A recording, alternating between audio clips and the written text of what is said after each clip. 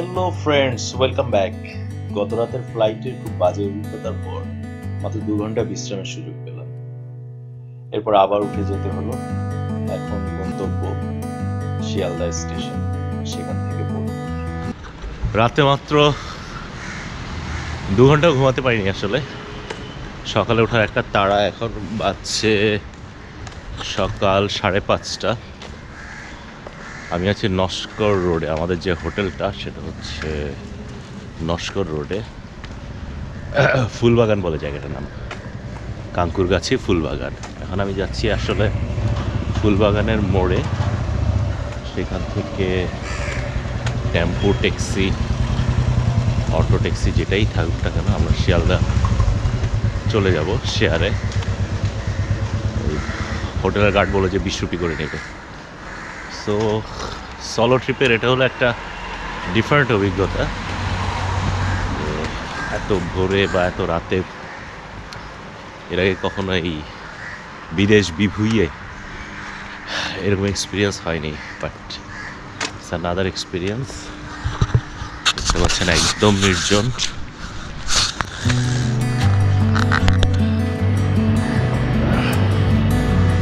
দেখি সামনে কিছু পাওয়া যায় কিনা।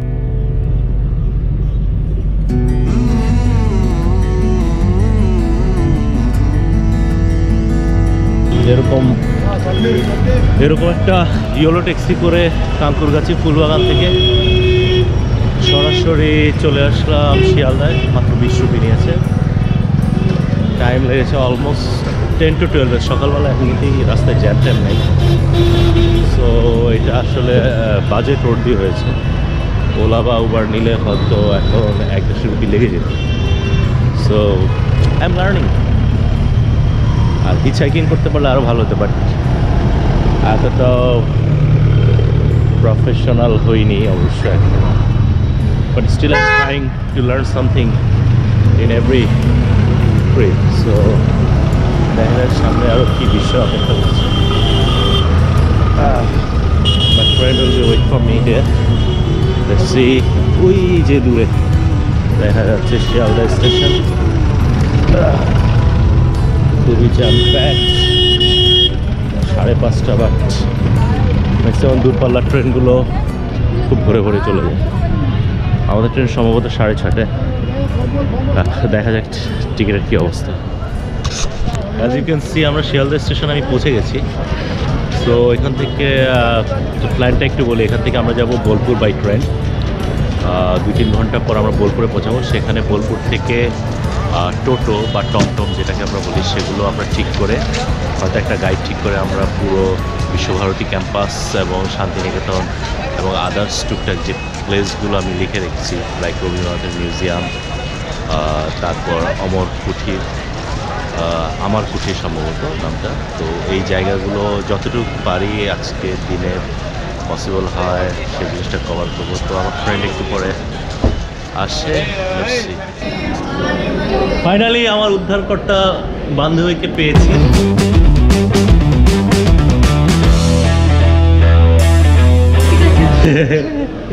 সে অনেক কিছু করেছে, টিকিট পেয়েছে, তৎকাল থেকে টিকিট কাটবে, সব কিছু আমি করছি। এখন জেনারেলে দাঁড়িয়ে দাঁড়িয়ে যেতে হবে। এটা একদম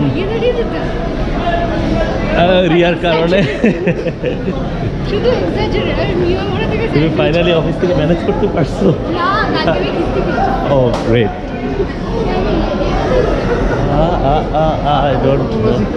কাউকে জিজ্ঞেস করবে নাকি?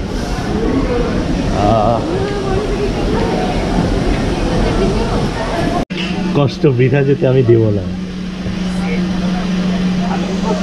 দিবস শারিফিন, এই হচ্ছে জঙ্গলিকা। Oh crap. What's this?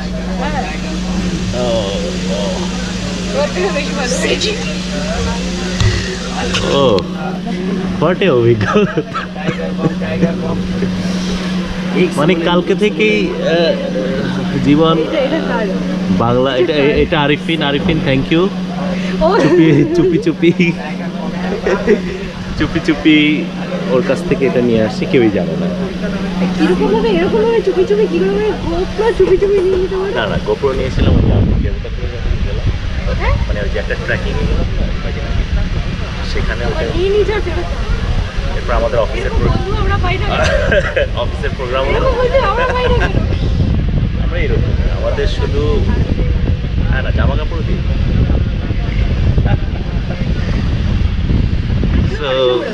হচ্ছে অভিজ্ঞতা দ্বারা ওইদিকে প্রচুর জায়গা শুয়ে পড়ো কিছুতে হবে সম্ভব না জানি না সামনে কি অপেক্ষা করছে দ্যাটস দ্য ইম্পর্টেন্ট থিং काजू नमकीन भुजिया सादा चिड़े मसला चिड़े चल चल चल चाल भाजा चिड़े भाजा मसला चिड़े सादा मूंग दाल आलू चिप्स चिड़े भाजा चाल भाजा বিখ্যাত বর্ধমান স্টেশন প্রচন্ড ভিড় এই যে আমরা ফার্স্ট ক্লাস বগিতে উঠেছি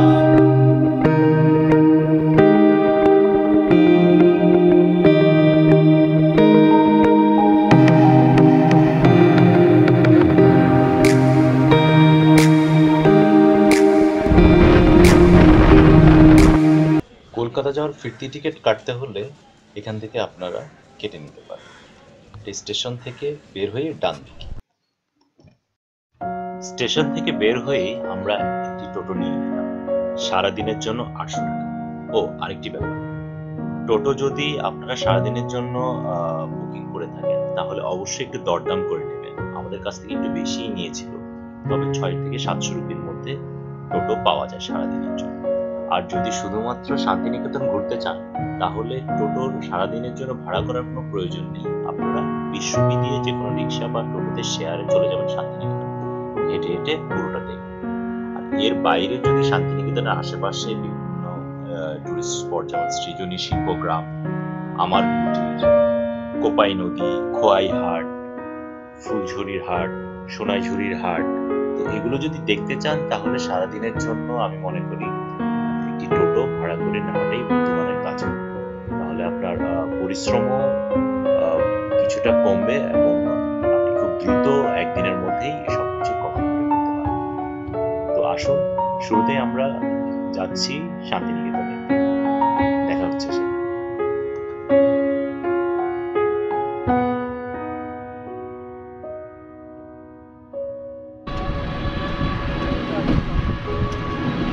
এখান থেকে শান্তিনিকেতন শুরু হয়ে দাদা এটা কত একর 1200 একর এগুলো হচ্ছে Visva Bharati staff quarter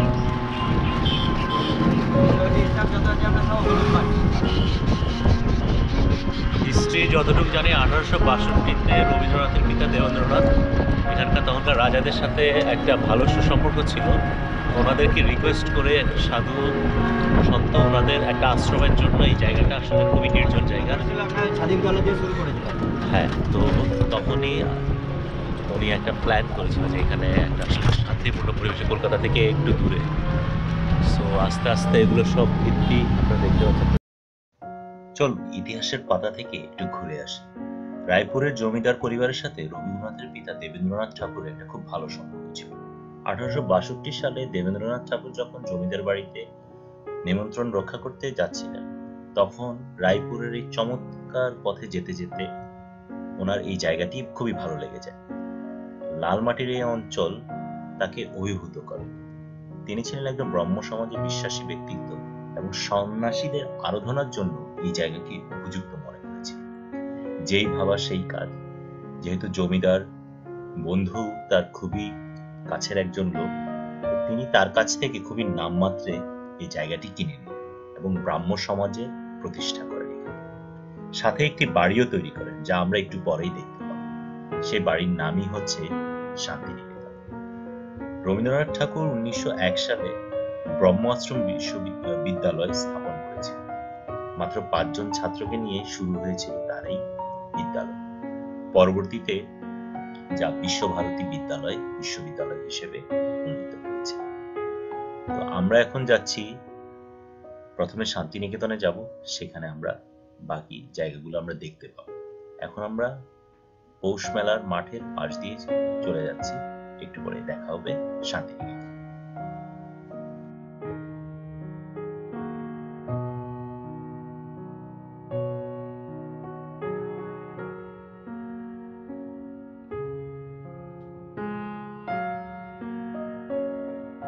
Visva Bharati central library, এটা হচ্ছে কেন্দ্রীয় গ্রন্থাগার, শুধুমাত্র স্টুডেন্টদের জন্য I guess. Today? 21? Yeah, 21, yes. 21 today, yes? Yes. Right now? I think on 9:30 it just yeah. started. Yeah, 10 o'clock, yeah. Perfect. Thank you very much. Okay. So do you live here? I do. Okay.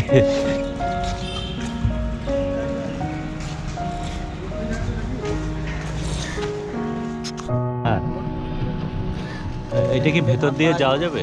না, ঢুকতে দেবে না, এটা বাইরে দিয়ে যা দেখাচ্ছে। ও, না, পরেও ঢুকতে দেবে। এটা হচ্ছে বিখ্যাত তিন পাহাড়, ইন্ডিয়াতে সহজ পাঠে যে রবীন্দ্রনাথের যে লেখাটা ছিল সেটা হচ্ছে এইটাই, সেই তিন পাহাড়, তিনটে স্তম্ভ আসলে।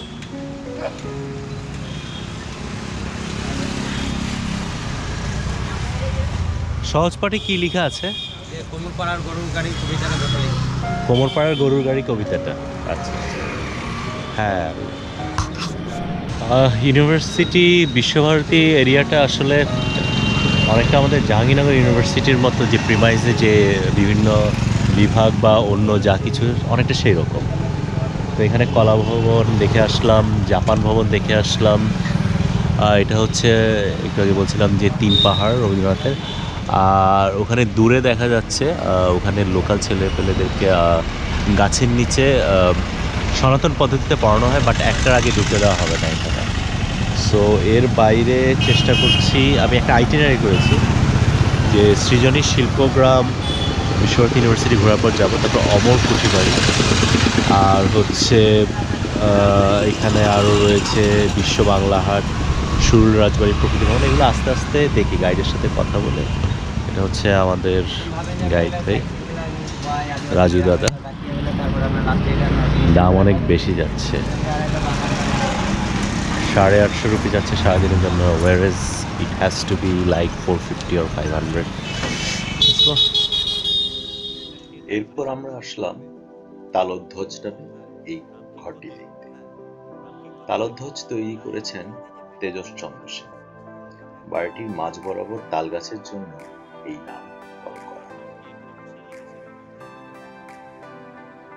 7টা পর্যন্ত এখানে উপাসনা হয়। এটা হচ্ছে উপাসনা মন্দির, প্রতি বুধবার খোলা হয় সকাল 6টা থেকে 7টা পর্যন্ত। সকাল 6টা থেকে 7টা পর্যন্ত। হ্যাঁ, এটা আপনার 16খানা গেট আছে, 16খানা গেট খুলে দেওয়া হয়। এখানে যারা আপনার উপাসনা করে সাদা জামা, সাদা প্যান্ট, সাদা শাড়ি, সবকিছু সাদা পরে ঢুকতে ওই 1 ঘন্টা। 1 ঘন্টা। মূল রাস্তা থেকে শান্তিনিকেতন গেটে ঢোকার ঠিক বাম পাশেই আমরা দেখতে পেলাম একটি উপাসনা গৃহ। বেলজিয়াম কাঁচে ঘেরা এই মন্দিরটি নাম হচ্ছে ব্রহ্ম মন্দির। এটির ভিত্তি প্রস্তরে লেখা আছে 21শে ডিসেম্বর 1891 খ্রিস্টাব্দে, যা এটির প্রতিষ্ঠাতা। এখানে কিছু নিয়ম কানুন পালন করতে হয়। এর মধ্যে একটি হচ্ছে উপাসনা গৃহে সাদা পোশাক পরিধান করা বাঞ্ছনীয়। বুধবার সকালে এবং বিশেষ অনুষ্ঠানের সময় উপাসনা কেন্দ্রে উপাসনা। চমৎকার স্থাপনা দেখতে আপনাদেরকে আসতে হবে শান্তিনিকেতন, এবং মূল শান্তিনিকেতন গৃহে ঢোকার পূর্ব মুহূর্তেই আপনারা সেই বেলজিয়াম কাঁচে ঘেরা এই উপাসনা গৃহ দেখতে পাবেন।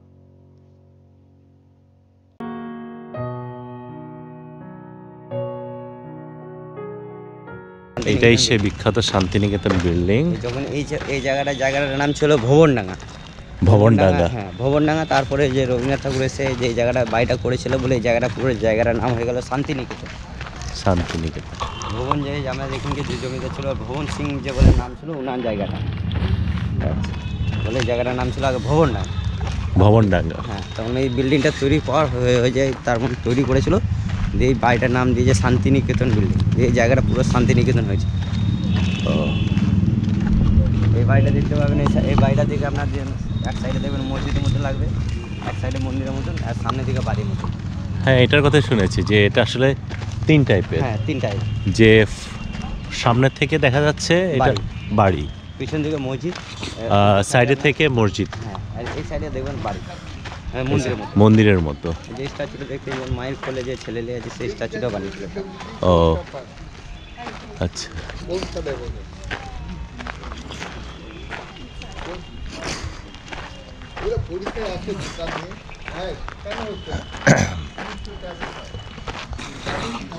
হচ্ছে Santiniketan building.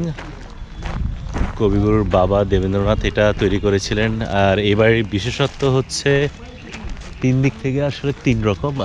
As you can see front ভিউটা আমরা দেখেছি যে বাড়ির মতো একদম একটা, এখান থেকে অনেকটা মসজিদের স্ট্রাকচার, আর ওপাশ থেকেও বাড়ির মতো, রাইট? ওই সাইডে মন্দির, মন্দিরের মতো। এটা যে আশ্রম। 1864 সালে দেবেন্দ্রনাথ ঠাকুর যে বাড়িটি তৈরি করেছিলেন সেটি প্রথমে শুধু ছিল নিচতলা, পরে এটি দোতলায় উন্নীত হয়। আর এই বাড়ির সামনেই রয়েছে রাম কিঙ্করের একটি কালো মূর্তি, যা আপনারা প্রবেশমুখে দেখতে পেয়েছেন। শান্তিনিকেতনের বাড়ির স্থাপত্যকলার একটি বিশেষত্ব রয়েছে, যা আমি একটু আগে বলেছি। বাড়ির এক জায়গা থেকে দেখতে মসজিদের মতো, আরেক জায়গা থেকে একটা বাড়ির মতোই লাগছে, এবং আরেক পাশ থেকে দেখতে মন্দিরের মতো।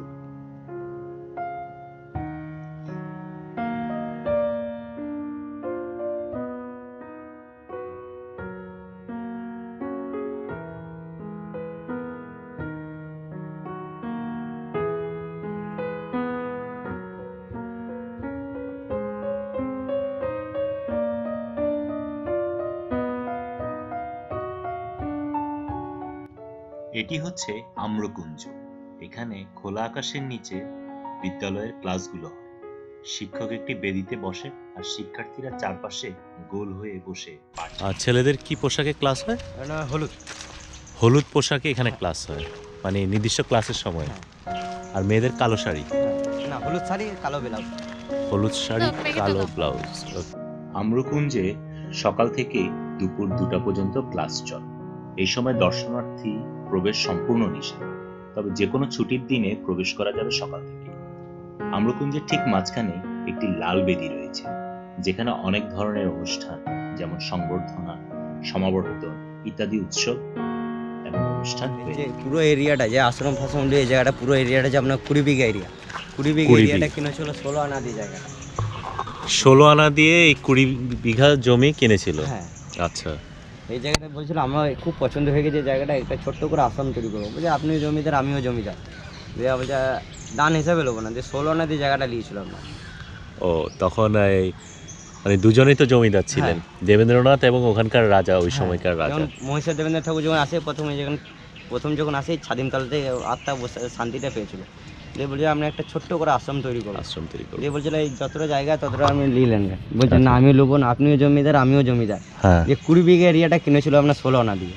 আর এই বাকিটা 20 বিঘা এরিয়া 16 আনা দিয়ে কিনেছিল। আর বাকি এরিয়াটা যে পুরো এরিয়াটা যে 1200 একর জমি, 1200 একর জমি, হ্যাঁ, দান হিসাবে ওটা দান হিসেবে ছিল। শুধু কিনেছিলেন স্বাধীনতলাটা আপনার 16 আনা দিয়ে। এটা কি স্বাধীনতলা, ছাতিমতলা? হ্যাঁ ছাদিম। তলা, এই দেখুন এই ছাদিম গাছ আছে, ও এটা হচ্ছে ছাদিম গাছ, চার কোনায় 4টা ছাদিম গাছ আছে, রাইট? বাউন্ডারির মধ্যে একটা আর লম্বা করে গাছ আর বাউন্ডারির ভেতর একটা বড়। ওখানে বোর্ড দেওয়া আছে, আমরা ওখানে বোর্ডটা ছবি তুলে নিলাম, তাহলে আপনার ও আচ্ছা, এই ছাদিমতলার গেট 3টা, একটা হলো 22শে শ্রাবণে খোলা হয়, পৌষ মাসে খোলা হয়, আর একটা বসন্তের সময় খোলা হয়। তো জায়গাগুলো এভাবে সংরক্ষিত থাকে। শুরুতে শান্তিনিকেতনের যে ইতিহাস বলছিলাম, রবীন্দ্রনাথের পিতা রায়পুরের জমিদারের আমন্ত্রণ রক্ষা করতে যাচ্ছিলেন, তখন এই ছাতিম গাছের নিচেই তিনি বিশ্রাম নিয়েছিলেন। প্রকৃতির শান্তশিষ্ট পরিবেশ ওনার মনকে খুবই আন্দোলিত করেছে। এই জন্য খুবই নামমাত্র মূল্যে জমিদার বন্ধু থেকে উনি জায়গাটি ক্রয় করে ফেলেন। অবশ্য তখনকার ছাতিম যে গাছগুলো ছিল এখন আর সেগুলো নেই। প্রাকৃতিক কোনো কারণে 1993 সালে ছাতিম গাছগুলো ভেঙে যায়, এরপর নতুন করে আবার এখানে ছাতিম গাছগুলো লাগানো হয়। সেভাবেই পুরো এলাকা এখানে সংরক্ষিত করে রাখা হচ্ছে। যদি সুযোগ হয় তাহলে রবীন্দ্রনাথের নতুন বাড়ি অবশ্যই দেখতে হবে। আমরা অবশ্য সময় স্বল্পতার কারণে দেখতে যেতে পারিনি। ছাতিমতলা থেকে একটু সামনে আসলে আমরা দেখতে পাবো চৈতি। সুরেন্দ্রনাথ কর এবং নন্দলাল বসু মাটির তৈরি একটি স্থাপনা তৈরি করে, যা সিংহ সদনের কাছাকাছি অবস্থিত।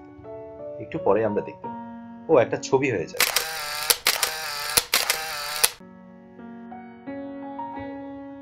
এই পুরো এলাকাটিকে ঘণ্টাতলা বলা হয়। আর সামনে দূরে যে বিল্ডিং আমরা দেখতে পাচ্ছি সেটার নাম হচ্ছে সিংহ সদন। এই বিল্ডিং এর এক প্রান্তে রয়েছে একটি ঘন্টা, সময়ের সময় এই ঘন্টাটি বাজানো। ঘণ্টার এই সাংকেতিক চিহ্ন শুনেই ছাত্রছাত্রীরা বুঝতে পারেন কখন কোন অনুষ্ঠান হবে। সিংহসদনের ইতিহাস একটু বলা যায়।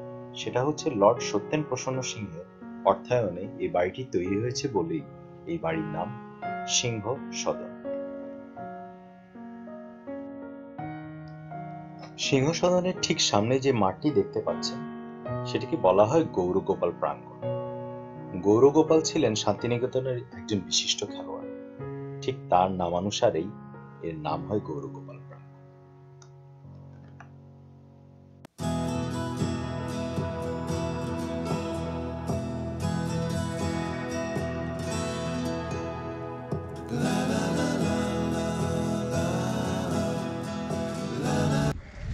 আর এটা হচ্ছে বিদ্যালয় গৃহ। এটা সব সমস্ত লেখা যাবে। বলেন্দ্রনাথ ঠাকুর পরিকল্পিত ব্রহ্ম বিদ্যালয় গৃহ 1306 বঙ্গাব্দ, মানে 1899 সালে এটা ফার্স্ট তৈরি হয়েছিল। সুদীর্ঘ এই গৃহেই ছিল আশ্রম কেন্দ্র। ও আচ্ছা, আমাদের বিশিষ্ট ইনস্টাগ্রামার ফটোগ্রাফার তিনি তার কাজ করে যাচ্ছেন।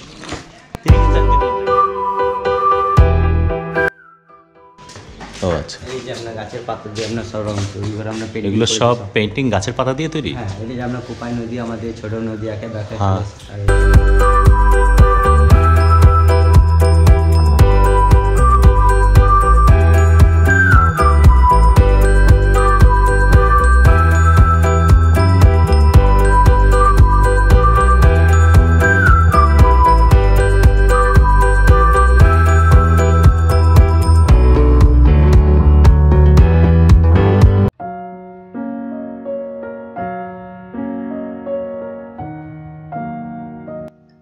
হাঁটতে হাঁটতে পৌঁছে গেলাম শালবীথি। দুপাশে শাল গাছ বিস্তৃত, মাঝ বরাবর যে লালপথটি চলে গিয়েছে এটি শালবীথি, যা রবীন্দ্রনাথের অত্যন্ত প্রিয় জায়গা ছিল। এই পথেই তিনি হেঁটে বেড়াতে পছন্দ করতেন।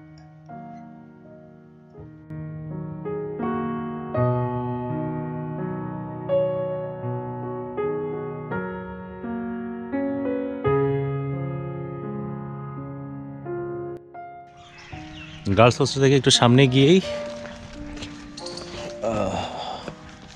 সঙ্গীত ভবন। এটা কি? এটা কলা ভবন, এটা ব্ল্যাক হাউস বাড়ি। ওটা হাতে কাজ ছেলেদের হচ্ছে দেখে এটা ছেলেদের হোস্টেল। বুদ্ধদেব মূর্তি।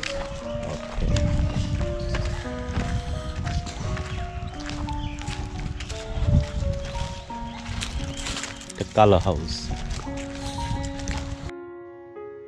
শালবীথি এবং গার্লস হোস্টেল থেকে একটু সামনে গিয়ে ডানে গেলেই একটি গেট আপনারা দেখতে পেয়েছেন। সেই গেট দিয়ে একটু এগুলেই আমরা চারুকলার কাছাকাছি চলে যাব। চারুকলায় ঢোকার ঠিক পূর্ব মুহূর্তে আপনারা দেখবেন একটা কালো রঙের বাড়ি, যেটা ব্ল্যাক হাউস বা কালো বাড়ি নামে পরিচিত। এখানে বিভিন্ন স্থাপনা বা চিত্রকর্ম দেখতে পারবেন, যা আমরা একটু পরে আরেকটু ক্লোজলি আপনাদেরকে দেখাবো। আর রংগুলো কালো করার পেছনেও আরেকটা কারণ রয়েছে, বৃষ্টি থেকে বাড়িগুলোকে রক্ষা করার জন্য এই কালো আকাশের মধ্যে প্রলেপ দেওয়া হয়। সুতরাং গ্রীষ্ম বা বর্ষার সময় যারা বাড়িগুলো ঠিকঠাক থাকে সেজন্য এই ব্যবস্থা।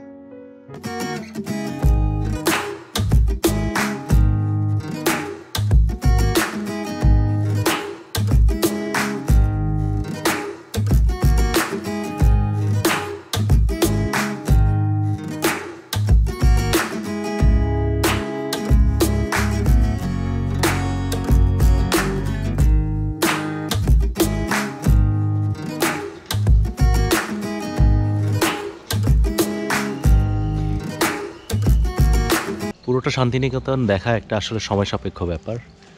সো আর আজকে শিবরাত্রির বন্ধ, অনেকগুলো ডিপার্টমেন্ট আজকে বন্ধ দেখা যাচ্ছে, ক্লাস কম হচ্ছে।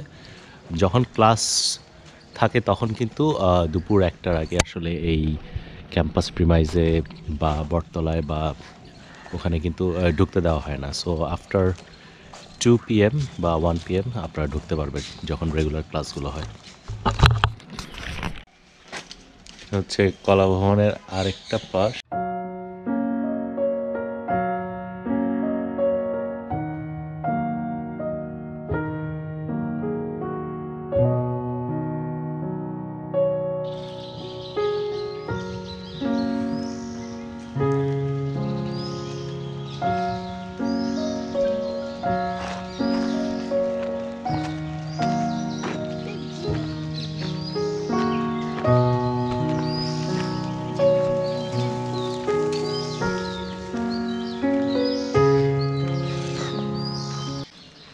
ডিপার্টমেন্টের ভিতরে যে স্কাল্পচারগুলো, পেন্টিং স্কাল্পচার,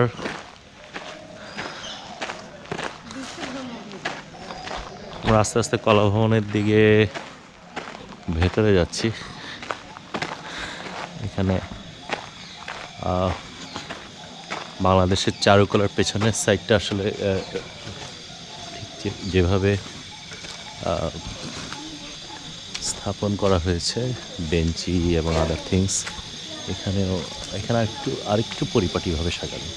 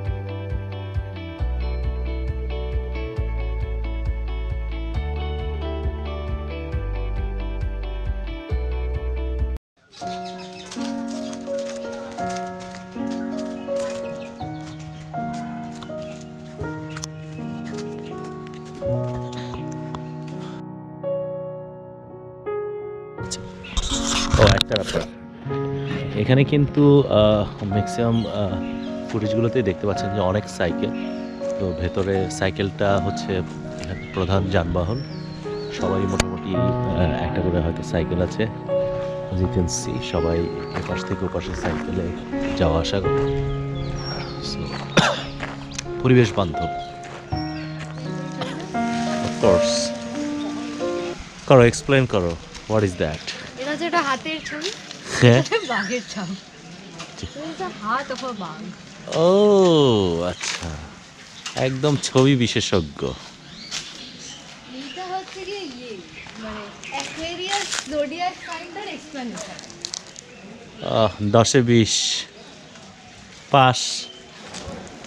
এই কখনো কখনো মাথা থেকে পাখির মতন আইডিয়া ঘুরছে, ও কখনো কখনো মেঘলা। এত বুদ্ধি তোমার মাথায়, তো তোমার কিডনি আছে। দেখতে দেখতে আমরা পুরো শান্তিনিকেতন এবং বিশ্বভারতী ক্যাম্পাস কিন্তু একেবারে দেখে ফেললাম।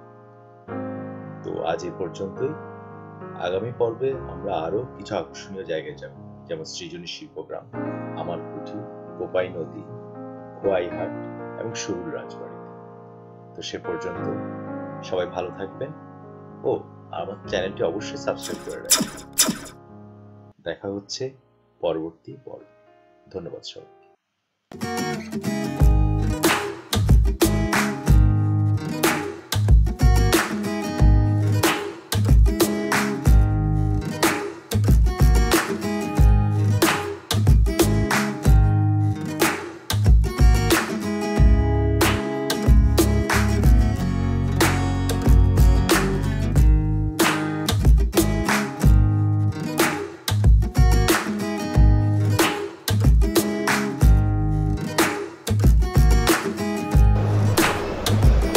Hello friends, do subscribe my channel for the latest updates.